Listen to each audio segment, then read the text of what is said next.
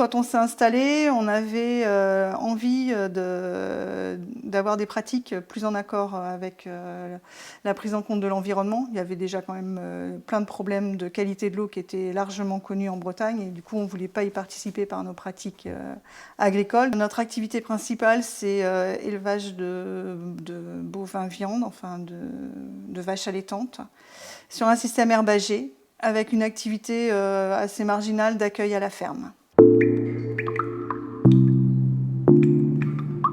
Pendant longtemps, on s'est dit que la Bretagne, ça serait une des régions qui serait préservée en France. Et on a vu que l'année dernière, non, on a réussi à passer les 40 degrés en Bretagne, c'était complètement inédit. Même un système herbagé qui, jusque-là, était super adapté au territoire, autant sur le climat que sur le sol, et il souffrait très largement aussi et ouais, on s'est fait peur.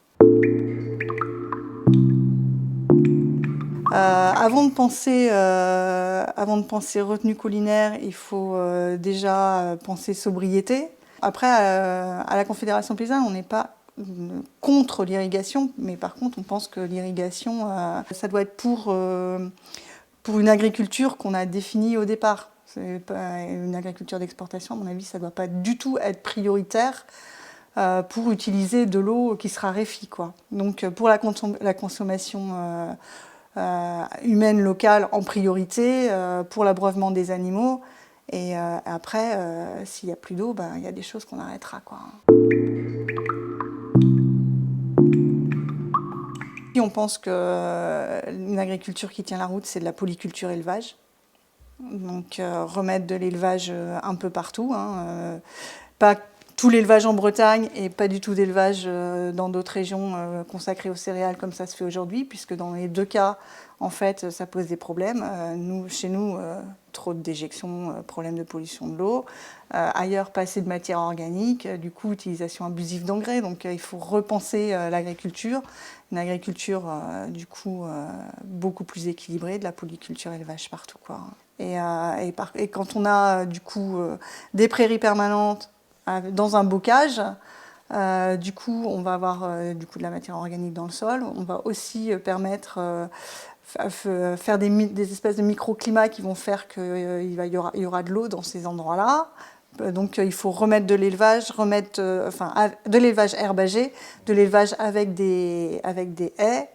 Et du coup, on va stopper un peu la perte d'eau, l'espèce de désertification. Enfin, on n'est pas encore rendu à la désertification, mais en tout cas, la diminution de l'eau dans nos secteurs, quoi. Si on veut l'orienter autrement, le modèle agricole, et là, il y a urgence à l'orienter autrement, il faut avoir des politiques publiques ambitieuses qui accompagnent cette réorientation, quoi. Pour nous, une politique agricole, ça doit être une politique qui est au service d'une politique alimentaire.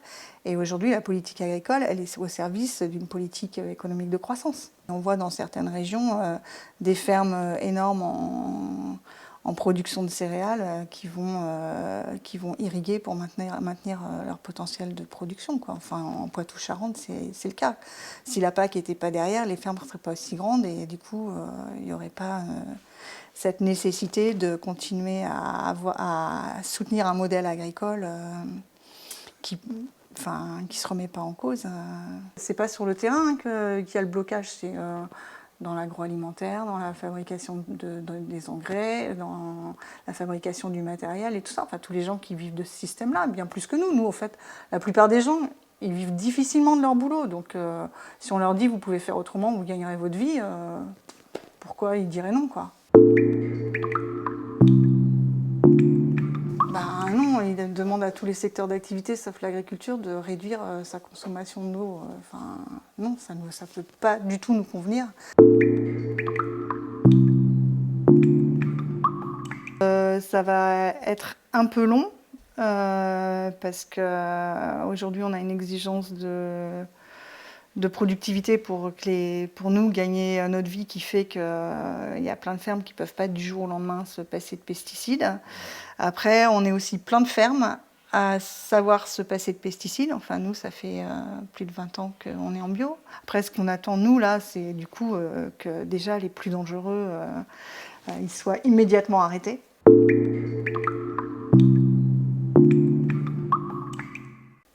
peut-être qu'on arrête d'utiliser, enfin de faire autant de maïs qui est très consommateur d'eau. Nous, depuis longtemps, on se bat pour du coup les semences paysannes, qui sont des semences qui sont adaptées à leur terroir et qui en plus évoluent en fonction de l'évolution des contraintes de milieu, quoi. Tous les ans, on la recultive et tout ça. Elle s'adapte à son environnement et à l'évolution de son environnement. Pareil, les fruitiers, il faut qu'on commence à mettre des arbres qu'on trouvait plus au sud avant. Ouais, il faut qu'on anticipe. Tout ne marchera pas, ça c'est clair, mais on a un devoir d'anticiper ça, quoi. On a sélectionné et les plantes, enfin et les cultures et les animaux sur des capacités productives, mais complètement au détriment de la rusticité. Et la rusticité, c'est ça qui permet de s'adapter au milieu. Toute l'énergie de l'animal est mise au service de la production, soit de la production d'amidon, soit de la production de lait, soit de la production de muscles, mais et vraiment au détriment des autres fonctions que tous les êtres vivants ils ont. Et parmi ces fonctions-là, il y a les fonctions d'adaptation. Une vache qui va produire plus de lait va manger plus et va boire plus qu'une vache qui en produit moins. Enfin, ça, c'est d'une évidence enfantine.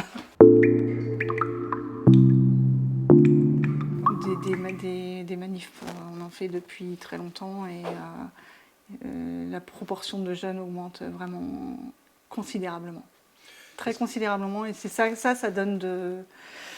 donne quand même de l'espoir, quoi, de voir que tout le monde n'est pas abattu et il y a des gens qui veulent encore bouger